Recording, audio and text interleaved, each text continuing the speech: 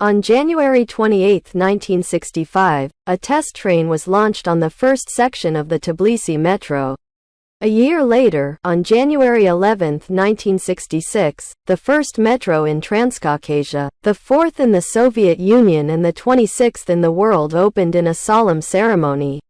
The Tbilisi metro station, Station Square, is built into the first floor of the administrative building. Located on the Akhmeteli-Varketili line. Metro station, Station Square, is an interchange station to the second line. The only transit hub in Tbilisi.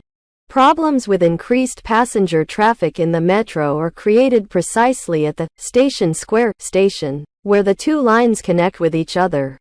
Today, the Tbilisi metro has 23 stations, which are located on two lines, Akhmeteli Theater, Varketili and the Saburtalo line.